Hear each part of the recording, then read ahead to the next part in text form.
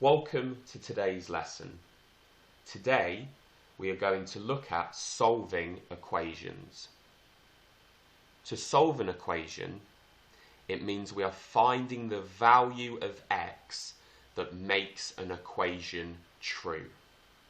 So if we have a look at this first question, to solve it, we need to find the value of x that when we times it by 5, we get the value of 7.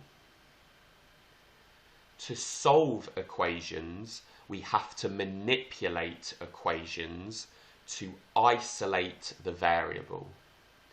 This means we're trying to get the letter x by itself on one side of the equation. To isolate the variable, what we're trying to do is we need to get the opposite operation to what is happening to x. Here we have 5x. This means we are multiplying x by 5.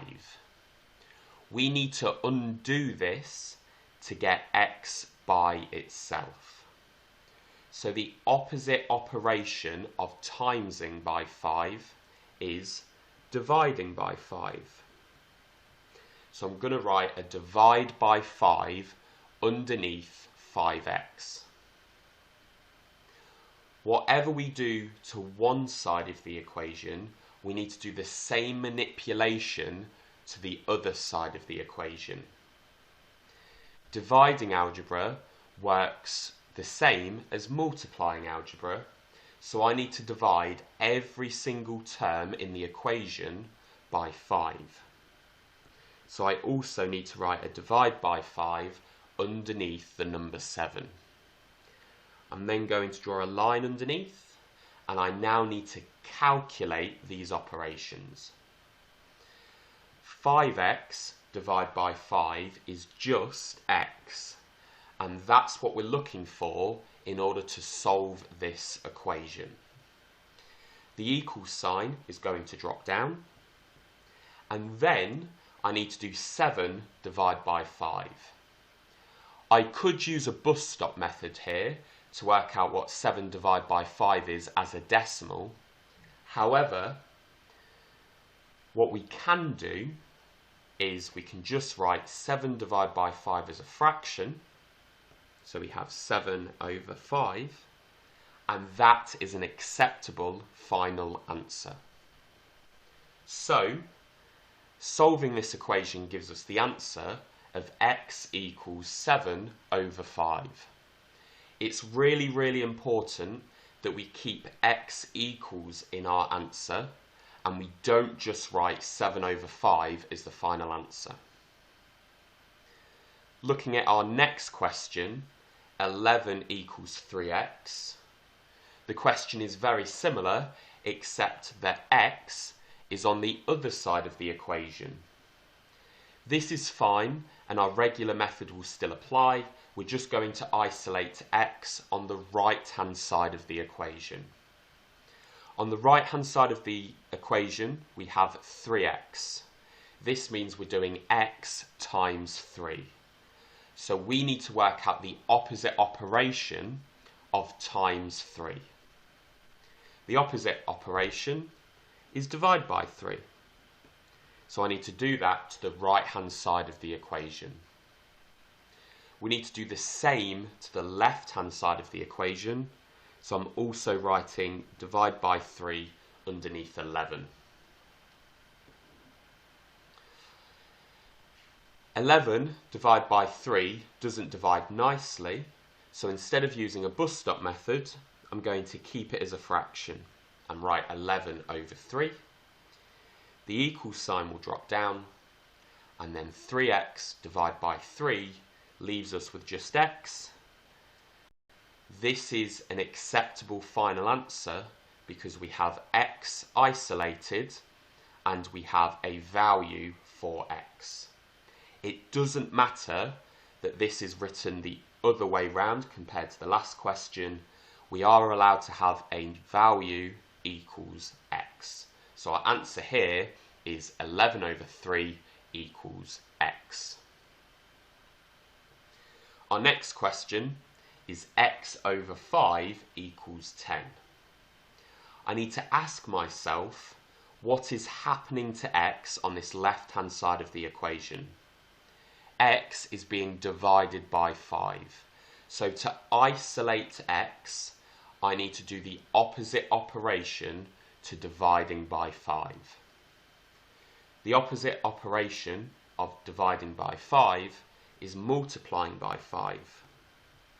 So I'm going to write that on the left-hand side of the equation. And whatever I do to the left-hand side of the equation, I need to do the same to the right-hand side of the equation. So I need to multiply both sides of the equation by 5.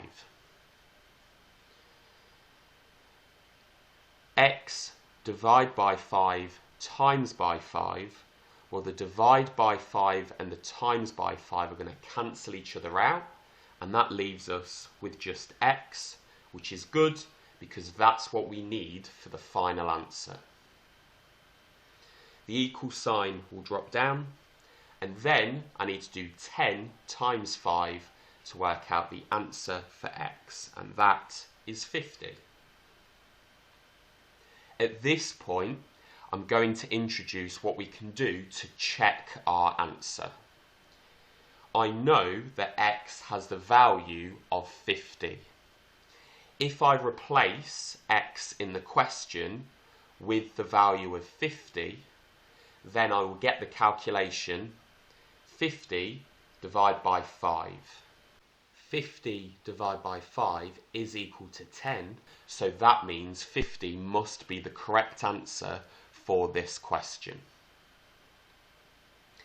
If we have a look at the next question, this looks significantly more difficult because we have a fraction in front of x. Here, we're going to use reciprocals in order to solve this equation. I need to get rid of the 2 over 3 to isolate x by itself. To do that, I'm going to multiply by the reciprocal of 2 over 3. This will cancel out the fraction of 2 over 3, leaving me with just x. As a reminder, the reciprocal of a fraction is just flipping the fraction over. So I'm going to multiply the left-hand side of the equation by 3 over 2. Again, whatever I do to the left-hand side needs to happen to the right-hand side. So both sides of the equation are being multiplied by 3 over 2. 2 over 3 times 3 over 2 must equal 1 because they are reciprocals. We can check that because 2 times 3 is 6 on the numerator, and 3 times 2 is 6 on the denominator, and 6 over 6 will cancel each other out. So here we're left with just x. The equal sign will drop down, and now I just need to multiply these fractions together. A reminder from our multiplying fractions lesson, we multiply the numerators together, so that's the numbers on top. So 5 times 3 gives me 15. And then we multiply the numbers on the denominators together, so that's the numbers on the bottom. So 7 times 2 is 14. So our final answer for this question is x equals 15 over 14. If we look at our next question, again we have a fraction in front of x. So we will need to multiply both sides of the equation by the reciprocal. So I'm multiplying both sides by 7 over 6.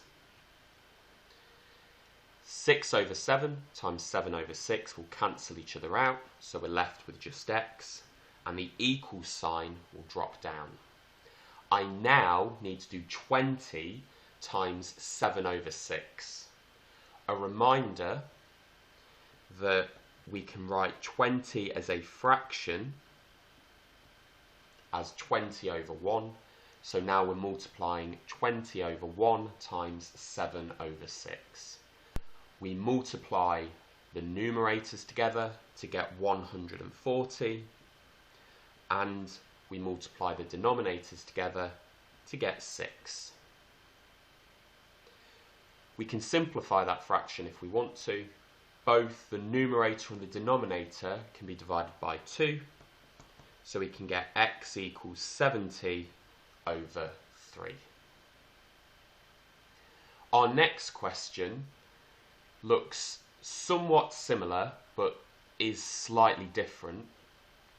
The x now is within the numerator. The good news is this is just a different way of writing questions like the last question. So for our first step here, we will just rewrite the question with x outside of the fraction. I will then need to multiply both sides by the reciprocal, so multiplying both sides by 8 over 5. This will leave us with x equals, and then I need to do 12 times 8, which is 96, and that will be over 5. On to our next set of questions, and these are different because we're no longer multiplying and dividing in the question. Here, we still need to isolate the variable of x. This add 3 is stopping x being by itself on the left-hand side of the equation. So we need to do the opposite operation of add 3. The opposite of adding 3 is subtracting 3. So I'm going to write a subtract 3 underneath the add 3 on the left side of the equation. Again, it's important, whatever operation we do on one side of the equation, we need to do that to the other side of the equation. So I'm writing a minus 3 underneath 7. X, add nothing, will stay as x. Positive 3 take away 3 is 0. So because they cancel each other out completely, we will get x by itself on the left side of the equation. And 7 take away 3 is 4. So our answer here is x equals 4. We can check that because if we replace x with the value of 4, 4 add 3 does equal 7. Our next question has x minus 11 equals 13. To isolate x, I need to do the opposite operation of minus 11. That is add 11. So I will add 11 to both sides of the equation. X will drop down. Minus 11 add 11 will cancel each other out completely. The equal sign drops down. And 13 add 11 is 24. The next example is x plus 15 equals 8. Again, I need to do the opposite operation of adding 15, which is subtracting 15. X will drop down. Plus 15 take away 15 will cancel. The equal sign will drop down. And 8 take away 15, we get minus 7. Our next equation is x squared equals 100. Now we've already solved these earlier in the year, but now we're applying our same method. To isolate the variable of x, I need to get rid of the squared. The opposite operation of squaring is square rooting. So I need to square root both sides of the equation. The square root of x squared, again, just gives us x. The equal sign will drop down. The square root of 100 is 10. However, for this question, you've got to remember that if we have x squared equals a number, we don't just have one solution. So x equals 10 is the first solution, but x equals minus 10 is the second solution. This is because if I do minus 10 and square it, I still get 100, so it needs to be shown as an answer. Our next question, we need to undo the cubing effect that is happening to x. So the opposite of cubing is cube rooting. The cube root of x cubed is just x. The equal sign drops down, and the cube root of 1,000 is 10. Here, there is only one solution.